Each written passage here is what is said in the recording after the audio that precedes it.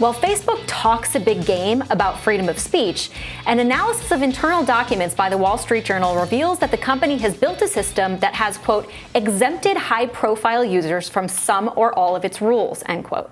The program, known as Crosscheck, was initially meant to be a quality control measure for high-profile accounts. But reporter Jeff Horowitz notes that the system now gives those users special protection and better treatment. Culture editor for The Federalist and friend of the show, Emily Jashinsky, joins us to discuss. Hey, Emily. Hi, guys. So this is sort of where the rubber meets the road for big tech on a lot of these questions, because they come before Congress, members of Congress chest thump at them and they say, oh, don't worry, we're not doing this. Your anecdotes are false. It's all conspiracies. We treat all content equally. And then again and again, they get busted doing the exact opposite. And one thing I wanted to ask you about, because in the reporting on Crosscheck, all these users were in this whitelisted account, let them get away with all kinds of behavior. The soccer star Neymar was allowed to post revenge porn and it stayed for a day because he was under this protection. But one thing that I think is really significant, and it goes back to the conversation we had with you earlier about the New York Post and Hunter Biden and how that suppression changes our politics, is that in the story, it talks about how some political accounts were in this whitelist account, incumbent accounts, but then some challengers were not. They couldn't confirm that all political accounts are protected here. So talk about that dynamic a little bit of how, when you're looking at these platforms, which are speech platforms, but also sort of really political infrastructure for a lot of candidacies, how does that entrench power? That's entrenching incumbency and the speech of incumbents in a lot of ways. Oh, it absolutely is. It's terrifying. It's an immense amount of political power to unelected people in Silicon Valley, and it's very, very different than any time we've really ever seen this before. You could make the same argument about TV or whatever. You can go down the line of new technologies that have had political consequences. But in this sense, you just used a concept, or you used a label that I think is great, that they serve as basically political infrastructure. And when they say one thing and do another thing, we see this repeatedly, and it shows how they are so poorly equipped to oversee the technologies that they have developed. And they've acknowledged this, and people who are sort of veterans of the industry and now do other things have acknowledged this over the years, that basically the story of Silicon Valley is just these hapless geniuses who create this technology and then have no idea how to deal with the cultural consequences of it at all. And we see that over and over again in that, yes, should public figures be treated a little bit differently? It was like when Donald Trump would fall under Twitter's bullying laws. It was so ridiculous to ban those particular tweets because they ran afoul of Twitter's bullying restrictions.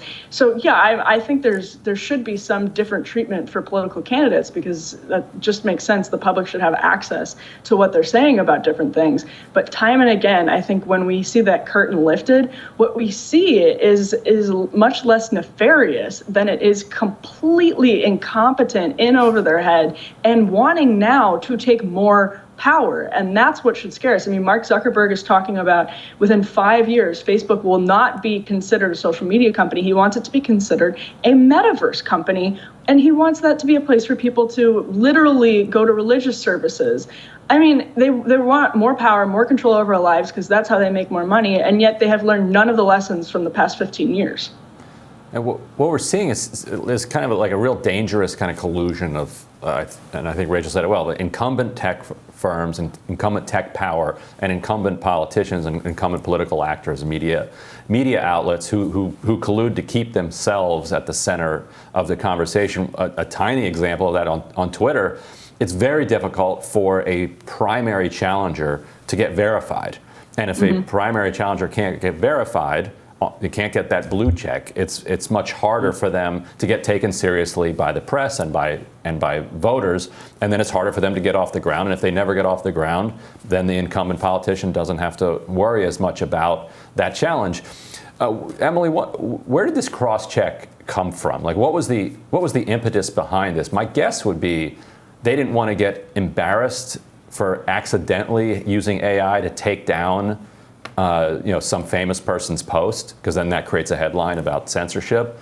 And so they said, well, don't mess with any of these people. But what do you think was kind of behind originally this idea, this whitelisting?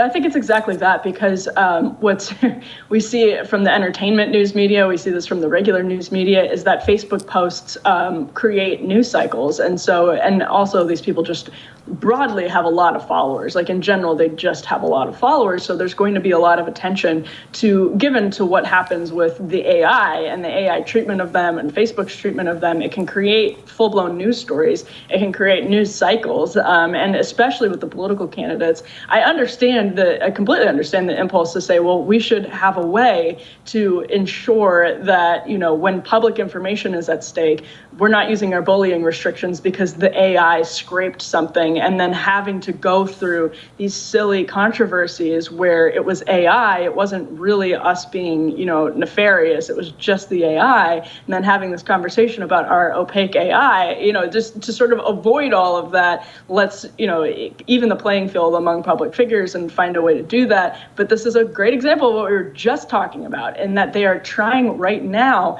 to catch up to the consequences of their own inventions, which are now wildly powerful and making them wildly rich and powerful, but they are completely over their heads in trying to figure out how they can make this technology actually function in a healthy way. They have no idea. They clearly need regulation. But, the question is whether or not Republicans are going to have, really want to go after them and say, okay, we're going to regulate a private institution, a private company.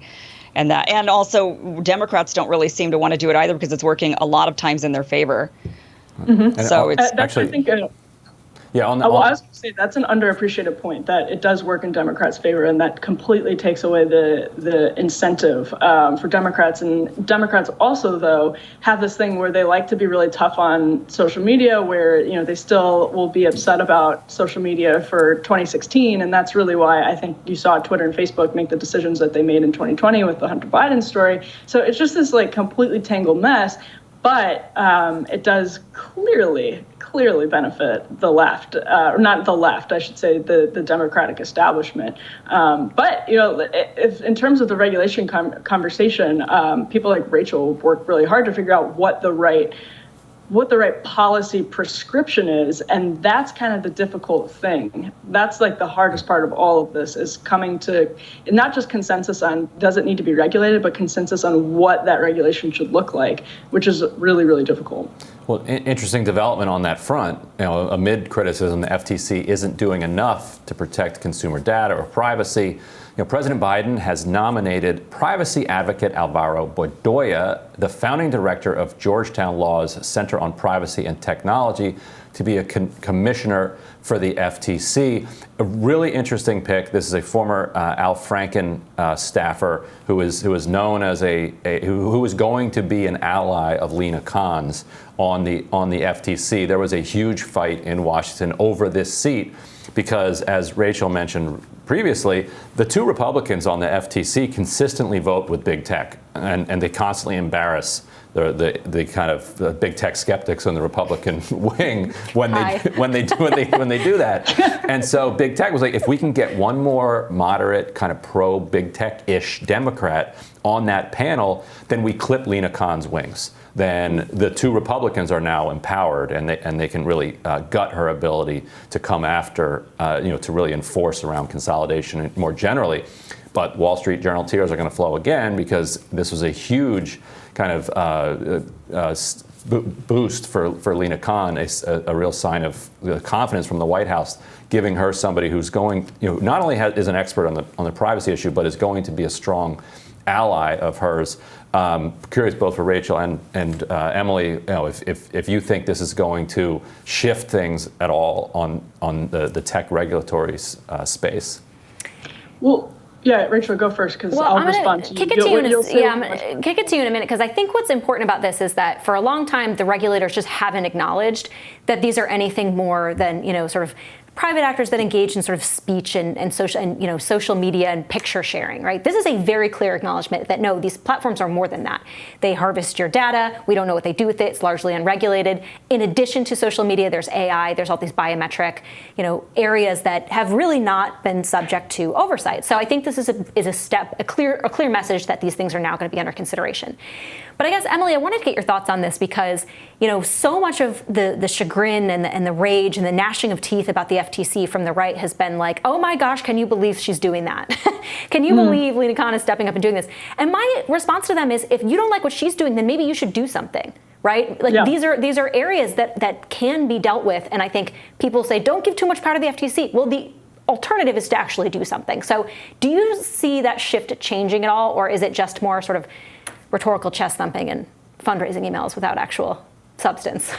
Well, and that might make it all worse, right? Because when you call for something and you see it happening and you're uncomfortable with the consequences, it sort of will. I would have the fear that it shocks certain tech skeptics in the Republican Party, not like a Josh Hawley, but people who have sort of jumped on the bandwagon for good reasons, but don't have that like ideological conviction about it.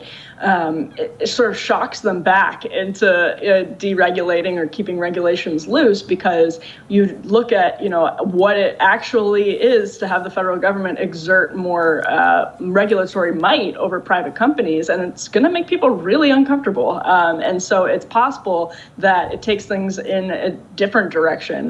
But you're completely right. This is a point that you make a lot, not just in this context, but about how when we keep punting, when Congress continues to punt because it does not function, you end up with more and more power in the hands of places like the FTC, like OSHA, as we talked about yesterday. All of these executive agencies end up with a ridiculous amount of power in the absence of congressional activity and sort of any regulations from the legislative branch. And this is how we get that. And it's seriously very dangerous.